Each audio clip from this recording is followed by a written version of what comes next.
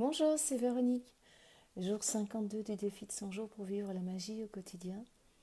Je vous retrouve comme chaque matin avec beaucoup de plaisir. Aujourd'hui, il est question de communiquer avec soi-même, de la connaissance de soi-même. Socrate disait: connais-toi toi-même et tu connaîtras l'univers et les dieux. Et j'ai aussi mis en tête de la vidéo cette phrase qui illustre très bien le rituel Ho'oponopono et qui dit: la paix commence avec moi. Ou on revient à Gandhi, soit la paix que tu veux voir, soit le changement que tu veux voir dans le monde. Donc oui, tout part de moi, tout revient à moi. C'est parfois compliqué à accepter, à intégrer, et pourtant, au plus je suis en paix avec moi, au plus je suis bien dans mes chaussures, au plus fluides sont mes relations et au plus la vie me gâte. D'ailleurs, hier, j'ai vécu une rencontre assez extraordinaire avec un monsieur qui vient, un délégué, donc un délégué commercial qui vient. Moi, j'étais en plein rush. Et puis, on parle et au bout de 3 minutes, en fait, je me rends compte que il représente notamment, parce qu'il n'était pas là pour ça, un labo de fleurs de bac que j'adore. Il représente le labo d'Eva pour la Belgique. Voilà, aussi simple que ça. Et donc là-dessus, il m'a offert des échantillons des produits pour lesquels il venait au magasin. Mais il m'a aussi offert, tenez-vous bien, 2 livres sur les fleurs de bac que je n'avais pas, un coffret complet d'échantillons des fleurs de bac de Deva et un coffret complet d'échantillons de 39 élixirs contemporains. Voilà, comme ça. Puis il m'a dit: oui, j'ai la chance de connaître personnellement le directeur des labos d'Eva et il organise des stages de création d'élixirs et je vous tiens au courant. Et ce monsieur doit revenir dans 15 jours quand on sera plus dans le rush.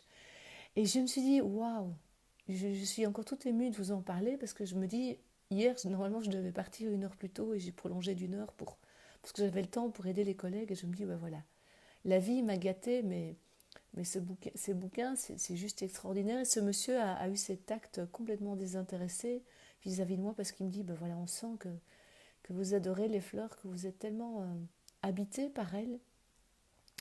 Et quand il m'a dit que chez Deva, ils organisent des stages de création d'élixirs, ça a rappelé à ma mémoire ce qu'un ami m'avait dit un jour: mais tu fabriqueras tes propres élixirs. Voilà, je ne sais pas si j'en inventerai, mais en tout cas, il est possible qu'un jour, je parte en nature. Fabriquer mes propres élixirs, c'est quand même une expérience assez extraordinaire. Voilà, bref, tout ça pour vous partager que au plus je m'ouvre à la magie, au plus la vie me gâte. Puis j'ai encore retrouvé quelqu'un hier soir qui m'a dit: waouh, on s'était plus vu depuis 4 ans, et puis elle me dit: oh, c'est énorme comme tu as changé. Et tout ça, ça fait du bien.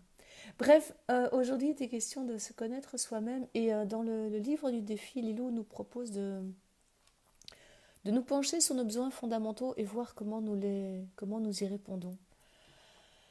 Pour moi, c'est d'aller me chercher très fort, puisque en tête vient le besoin de sécurité, puis un peu plus loin, le besoin de partage. Alors, si les 2 besoins fondamentaux chez moi, et le besoin d'appartenance, voilà, besoin d'appartenance, puis besoin de partage, et dans les 4 premiers besoins, il y en a 3 qui chez moi sont très très importants. Besoin de sécurité, besoin d'appartenance, besoin de partage. Je pense que ce sont les 3 piliers de ma vie. Et la vie, dans sa grande bonté, c'est bien, bien, bien, bien amusé à me faire éprouver mon besoin de sécurité, mon besoin d'appartenance, mon besoin de partage.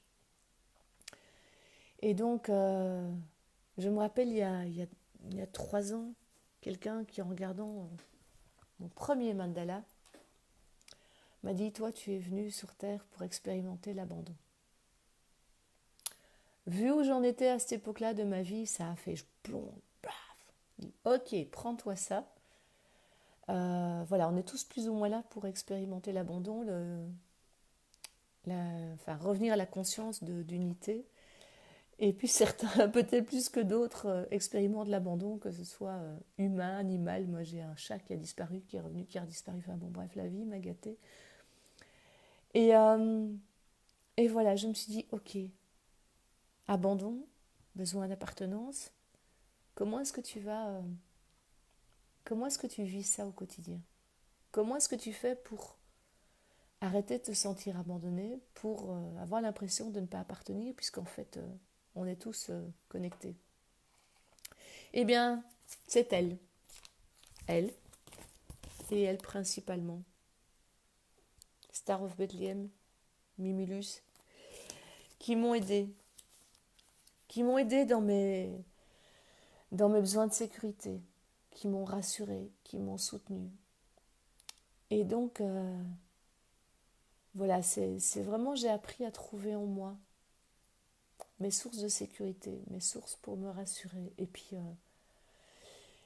puis quelqu'un m'a dit, et je l'ai encore senti hier, que j'étais très très bien entourée dans l'invisible. Et donc, voilà, j'appelle l'invisible quand vraiment ça va pas. J'appelle l'énergie des fleurs, j'appelle l'invisible. Parce qu'il y a certaines heures auxquelles il est compliqué d'appeler une copine.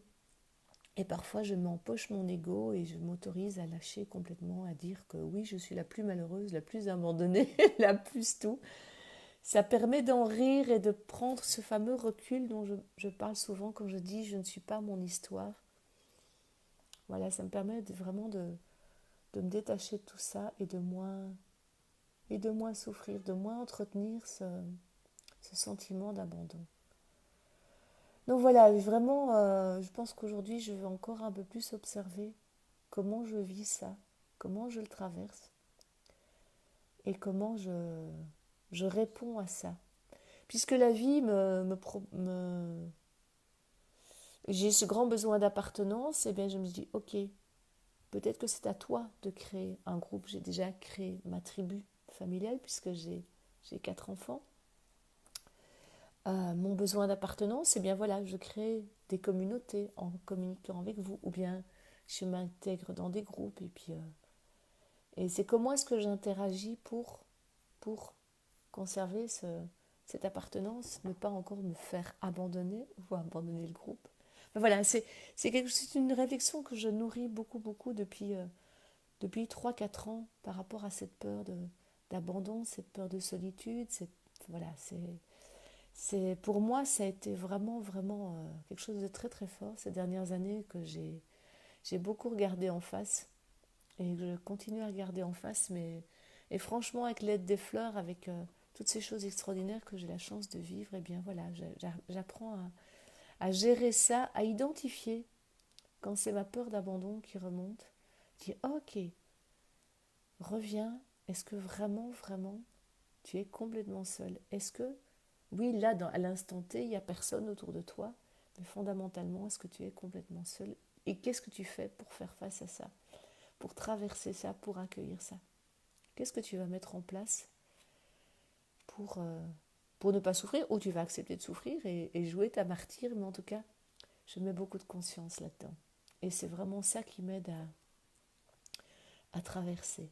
C'est au plus je mets de la conscience dans quels sont mes besoins, comment je les nourris, quelles sont les souffrances qui découlent de mes besoins, comment je les traverse, et bien c'est là que je peux vraiment avancer et accompagner les personnes, parce que j'ai la conviction que ce que je fais dans mes accompagnements, c'est aussi parce que je suis passée par des moments difficiles, parce que j'ai pris ce recul, parce que j'ai mis des solutions en place, j'ai découvert des ressources qui me permettent de le faire.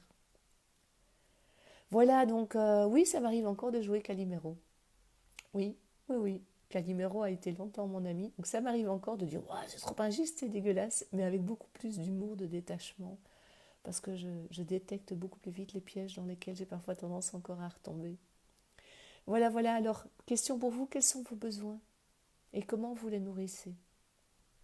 Est-ce que vous retournez voir l'enfant en vous et vous le rassurez? Est-ce que vous allez vous ruer sur la nourriture? Est-ce que vous allez sauter sur votre téléphone? Voilà, appeler au secours, ou au contraire, vous allez dire « Non, je suis forte, je vais me débrouiller toute seule ». Voilà, et il n'y a pas de bonne réponse, il n'y a pas de bonne solution. Moi, je sais que par moments, c'est « Ouais, non, je suis forte, indépendante, je vais me débrouiller toute seule ». Puis il y a d'autres moments où j'envoie un SMS à une copine en disant « Tu fais quoi J'ai envie de voir quelqu'un ». Voilà, c'est juste accueillir, reconnaître comment on se sent et comment on va répondre à ce besoin, qui n'est jamais qu'un besoin de notre dimension humaine. Voilà, ça aussi c'est important à se rappeler, c'est que c'est notre dimension humaine qui souffre. Mais bon, ceci est une autre histoire. Mais au plus je me détache, au plus je lâche ce petit vélo, c'est tous ces trucs qui n'appartiennent qu'à l'ego, qu'à l'humain, au mieux ça va. Voilà, sur ces réflexions pleines de sagesse, je vais entamer ma journée. Je vous la souhaite belle, douce, joyeuse, légère, bref, la vie quoi. À demain. Au revoir.